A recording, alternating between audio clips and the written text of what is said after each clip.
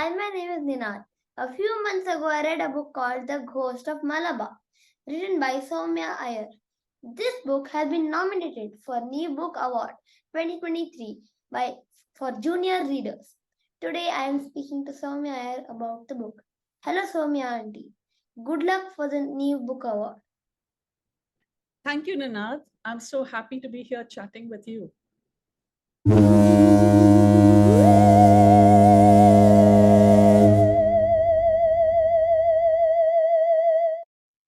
Okay, so can we get started with the questions?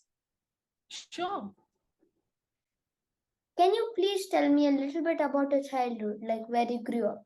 Did you love books when you were growing up? So, my childhood was long days at school, and I couldn't wait to come back home every evening so that I could play with my friends. But the most magical moments of my day was when my father would tell me a story every night at bedtime. And those stories would sweep away all my cares and worries of the day and of the next day when I would be going to school. Summer holidays were the best time of the year because there was no school and I could be out playing with my friends. And both my parents worked. So I had grandparents coming and looking after me, or my aunts coming and looking after me. And they would want to have their afternoon naps. And so they would want me to nap too. And the only way to get me to nap was to tell me a story. So my childhood was surrounded by these stories. And of course, books were a big part of my childhood. I remember reading picture books first and getting lost into the world of those pictures. I would imagine myself inside the book with those characters. I don't know if that's you've ever felt that way. Um, After picture books, it was chapter books, and it was the same thing. It used to just transport me into these different worlds where I would lose myself. And then even after the pages were shut and the book was completed and the book was kept away, I would still be thinking about those characters and thinking about what ifs, and reliving those moments in my own mind. So that was my childhood. Yes, lots of books and lots of stories. Yeah, same here. When I read picture books, you feel more better than chapter books. Yes. Okay. How did you get the idea of writing The Ghost of Malabar? So I think the idea found me. So many years ago, I was just sitting one day and this thought came to my mind that there are these three characters. One is a boy from our times. The other was Vasco da Gama. And the third was the ghost of a fisherman. And this ghost was from the time of Vasco da Gama. Now, I did not know how these three characters were connected with each other, and I did not know what to do with the idea. But the idea sat in my head for a long time. It just wouldn't budge, it wouldn't go away. And so I thought, I should try and tell this story. I should try and find the connection between these three characters. And that's how the Ghost of Malabar was created. Okay. This is the first book that I read with a ghost. I like that the story has a ghost, but it is not scary. Actually, it's a lot of fun. What made you add a ghost as a character in the story? As I told you, that when the idea came to me, there was already this ghost of the fisherman that had come to me. Uh, the only question was how to tell this story. So I had in mind that my story was to be told to children of your age, say from 9 to about 13 or 14. And I also knew that parents are the ones who choose the books. So I knew if I had to engage children of your age group, I couldn't make it too serious or very scary. And that's why I used humor in my book in order to engage and hook readers like yourself. Yeah. Who is your favorite character in the book and why? I've thought about it a lot. A lot of children come and tell me that Velu, the ghost, is their favorite character. But for me, I think Edwin is my favorite character. And that's because I identify with Edwin in many ways. I too was a very shy child. I too was a bit scared of the bigger world.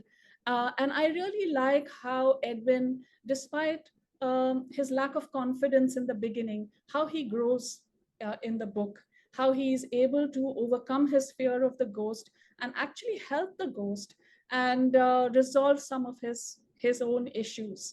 And that's what I really liked, the character arc of Edwin, the story of Edwin, how he grows from a, a, a less confident boy to a more confident boy at the end of it. So I would say Edwin is my favorite character. Mine was mostly Velu because he was very funny. He liked to play with Edwin.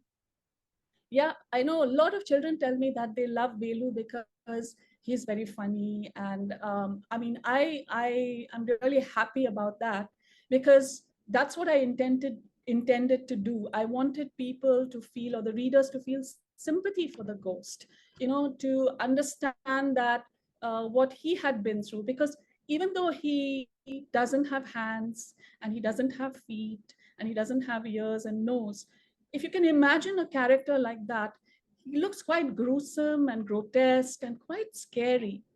And I'm so happy to hear that you actually find him, you like him, and he's one of your favorite characters, because that's what I wanted kids to take away from that. That although he looks scary, he has a past that made him look like that. It happened to him, and that's why he looks like that. It's not because of any fault of his own. He was in the wrong place at the wrong time. I heard from your sister, Shaila Auntie, that you did a lot of research for this story. What kind of research did you need to do for writing this story? As I told you in the beginning, it was a puzzle, right? How do these three characters fit? Vasco da Gama, the ghost, and the little boy. So I had to read a lot of books on that period of history. I actually read a diary of somebody who was on Vasco da Gama's ship and who was recording what happened along the journey. I also read a lot of academic articles. I read newspaper articles. I read magazines. I also guided an exhibition here in a local museum in Singapore, which had which actually was involved with that period of history. It was called Port Cities, and it was about different port cities in Asia, like Goa, like Singapore, like Malacca, like Macau, and what were the objects that were coming from these cities, and what were people trading at that time. So that made it very real for me. That period of time came to life for me, and I could find more material to read. The objects brought that time period to life. Uh, Apart from that, I also visited Kochi just to kind of soak in the atmosphere, to look at things, from an author's point of view, from an observer's point of view. And I also got to visit the Hill Palace Museum, where the crown that I mentioned in the book is on display. And there are hardly any pictures that you can find of that crown. So it was very important for me to go there, to visit, and to actually see the crown for myself. And that was a very exciting moment. Yeah, I'm looking forward to go to Kerala and look at the crown. That's fantastic. I wish more of your viewers who are watching this interview will also be inspired to go to that museum and see that crown. Yeah. Do you like telling stories? When did you start writing books? I do like telling stories, but I think I'm more comfortable telling stories in the written form. So writing my ideas, writing my stories. And because my father used to tell me stories, I was always making up my own stories and trying to tell it to my little cousins or my younger sister or my friends. So I do remember trying to do that. I used to have a blackboard, which was given, my mother gave it to me as a birthday gift, I think when I was 5 or 6 years old. And I would sit and draw stories on that blackboard. So I think I always wanted to tell my stories. And I'm actually very lucky now because I volunteer at a museum here where I get to meet a lot of school children who come in. Uh, and actually, not just school children, even adults coming into the museum. And I get the opportunity to share stories of objects which are on display at the museum. Yeah. Why do you write books for children? Do you write for grown-ups also?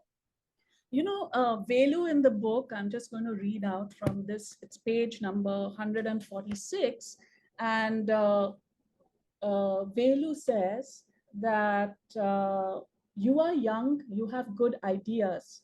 We old folk get stuck in our ways of thinking like a bullock cart in quicksand. And I think that children have a fresh way of viewing the world, and we adults get stuck in our ways of thinking. And so I find it actually very energizing to be around kids because I always get new ideas, and I like to see the world through a child's eye. And in a selfish way, I also get to become a child when I hang out with kids. And that's why I like writing for kids. Yeah, this is what I hear from many authors, that they grown-ups are boring, they think too much. Many authors tell this. But And Nina, the interesting thing is, like, when I was a kid, I couldn't wait to grow up. Like, I wanted to be the big kid. And then now when I'm an adult, I love to be, on the other side, looking at the world through a child's eyes. yeah, I look forward to become an adult. You do, don't you? Yeah. Okay. What kind of books do you like to read? Tell me some books that you like to read again and again. So I like to read fiction. I like to read nonfiction. I like to read history books. Actually, I like to read history books again and again and again. I like science books. I like books that make me think and understand the world. And I also like books that help me. So right now, I'm reading this book called Stolen Focus. And it's a book about how you can pay attention and think deeply again. So anything which I think can help me become a better person, I like those kind of books as well. Yeah, I like to read mostly fiction, not that much of non-fiction, but if it is little bit of fiction and non-fiction, then it is very nice to read. Like I read many books of the Freedom series which Penguin released. Right. Growing up as a child, I remember as well that I would love fiction, but I also enjoyed nonfiction a lot, like my father. But that was at an older age, maybe when I was 10 or 11. My father brought me a whole set of encyclopedia, and I would just sit there and look at the pictures and then, read little bite-sized information about what that particular topic was.